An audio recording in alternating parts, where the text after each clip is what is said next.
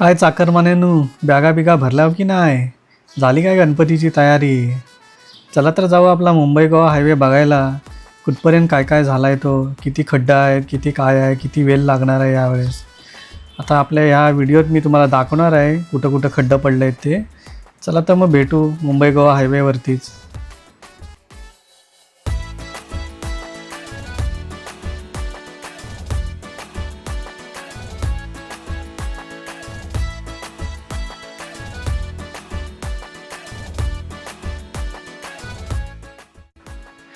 मंडळी, आता मी निघालो आहे मुंबई गोवा हायवे बघायला.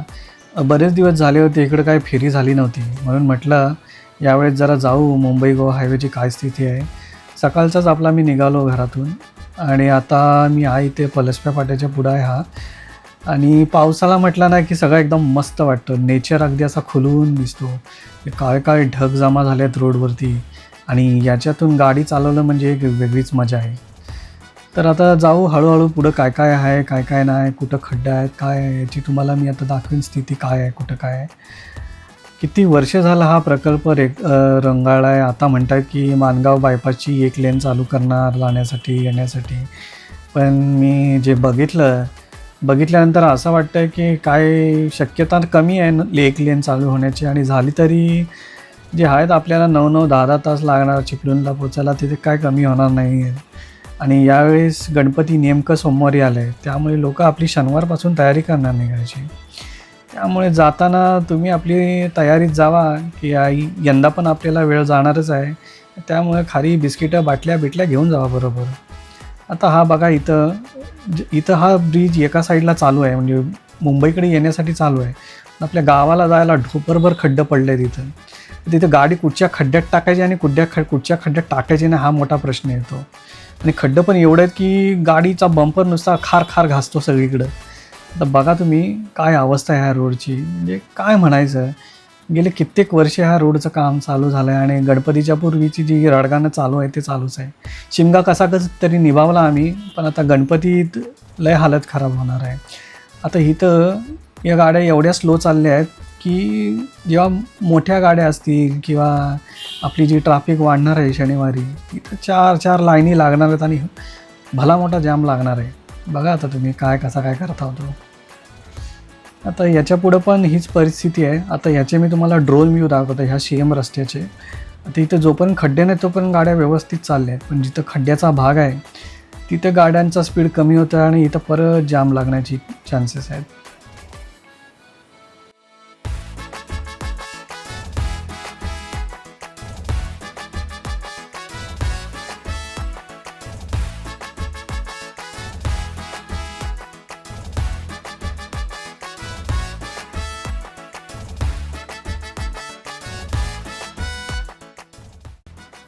आता हा ब्रिज आहे आपला कामत हॉटेलच्या इथला नागोठण्याच्या अलीकडं.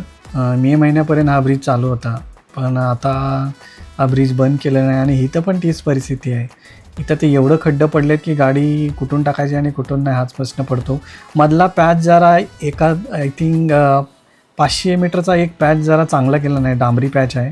पण सुरुवातीला आणि शेवटला तीच अवस्था आहे. शेवटला तर एवढं मोठं खड्डं आहेत की माझी गाडी पंक्चर झाली तिथे जाताना आणि माझा अर्धा 1 तास तर पंक्चर काढण्यात गेला तिथे. आता बघा तुम्ही कसा नियोजन करताय.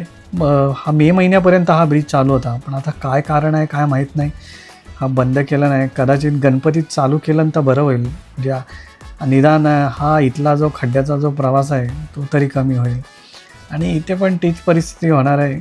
गाड्यांचा कंजंक्शन होणार आहे, ट्रॅफिक जाम लागणार आहे. बघा केवढे खड्डे आहेत.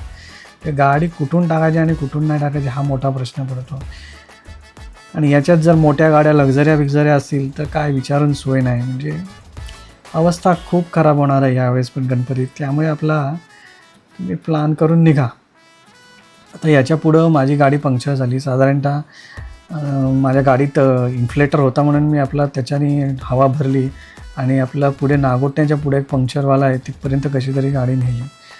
त्यामुळे तुम्ही सगळ्या तयारीत जावा, सगळी साधनसामुग्री घ्यावा, स्टेपनी बरोबर ठेवा. कुठं काय होईल आणि कुठं गाडी ब्रेकडाऊन होईल काय सांगता येत नाही यंदाच्या पावसाळ्यात गणपती. आता जो हा काय स्पीड बघताय हा माझा खरा स्पीड नाही आहे. मी जरा व्हिडिओ पलवला आहे. 1.5x पळवला आहे.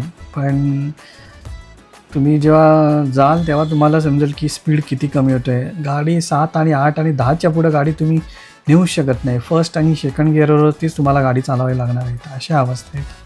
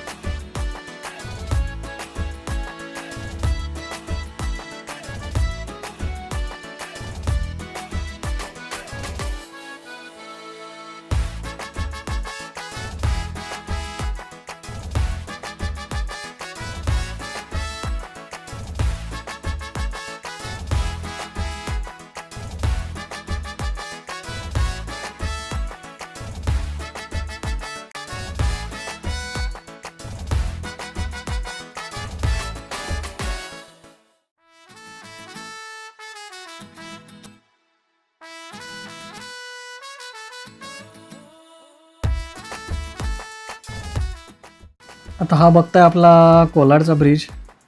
हा जरा चालू झाल्यामुळे तेवढा एक टाईम वाचणार आहे इथून, नाही तर इथे पण तीच परिस्थिती होती. पण काय माहीत यांचा काय भरोसा नाही, कधी बंद करतील कधी चालू करतील ब्रिज, काय कळणार नाही आपल्याला.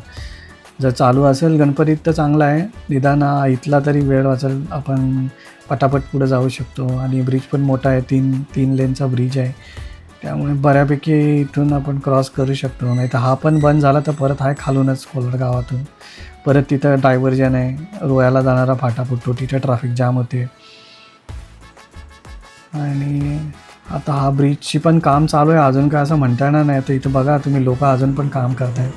मधला जो डिवायडर आहे त्याचं काम चालू. इकडं तर कट्टाडाच नाही आहे, जाताना सावकाश जावा, लेफ्ट साईडला कट्टाडाच नाही आहे त्या पुलावरती. काय झालं तर डायरेक्ट गाडी खाली आहे, त्यामुळे सांभाळून प्रवास करा या गणपतीत.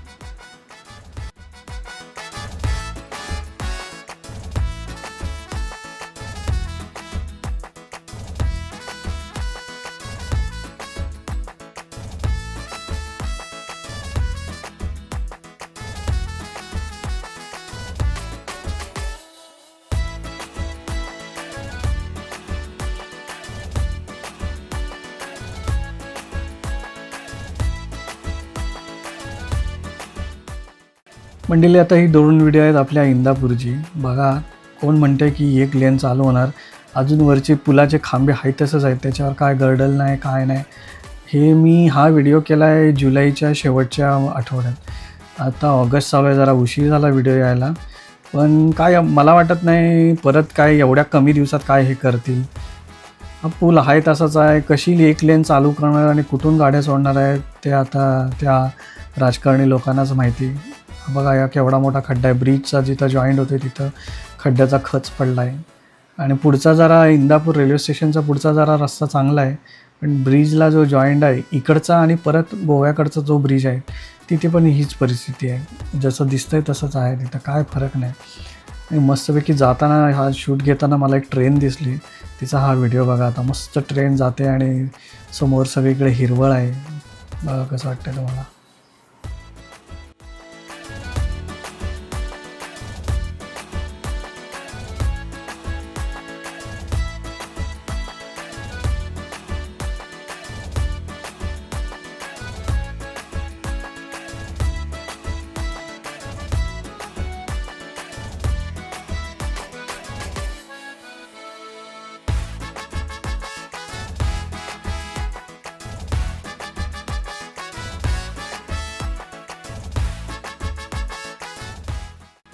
आता आलो आहे आपण माणगाव ब्रिजजवळ. बघा, तो जुना पूल होता तो त्यांनी बंद केला, हा दुसरा पूल चालू केला आहे जुन्या रस्त्यावरती. आणि हा जो इथून माणगाव बायपासला कनेक्ट होणारा ब्रिज आहे, याचं पण काय खरं बरं दिसत नाही आहे. खाली रोडची काहीच परिस्थिती खराबच आहे. आणि त्याच्यानंतर जो आपला फाटकाच्या वरतून जो ब्रिज चालला आहे, एका साईडला स्लॅब पडला आहे ब्रिजवर, पण ट्रॅकवरचा जो आहे तो भाग अजून मोकळाच आहे. मला वाटत नाही या गणपतीपूर्वी तरी हे काय करतील इथं. बघा तुम्हीच आता. इथं परत जाम लागण्याची शक्यता आहे, आपला नेहमीचा माणगावचा जाम. आणि माणगावातून जो शॉर्टकट आहे, जो आपण स्टँड स्किप करण्यासाठी हॉटेल आंब्रेलच्या इथून राईट घेतो आणि पुढचा एक राईट आहे, त्या रस्त्याची पण अवस्था जाम खराब आहे. मी येताना तिकडूनच आलो. खड्डे भरपूर पडलेलं आहेत, म्हणजे तिथं पण तीच अवस्था होणार आहे. छोट्या गाडीने तर तिकडून टाकूच नाही, आणि जर गाडीत सामान असेल तर गाडी हमखास खाली लागणार. असे एवढे एवढे मोठे खड्डे आहेत त्या स्टँडच्या अपोजिट रोडला, जो आतमधून माणगावमधून जातो. त्या रोडचं तर काम चालू झालेलं नाही अजून. जे आहे ते पण बंद पडलं आणि एकच लेन चालू आहे. समोरून गाडी आली की फुल ट्रॅफिक जाम. आता हे बघा माणगाव ब्रिजची काय अवस्था आहे. इथं पण एक लेन चालू होताना पण मुश्किल आहे. अजून मातीचा ढिगारा तसाच आहे. काय सुद्धा त्याच्यात बदल नाही.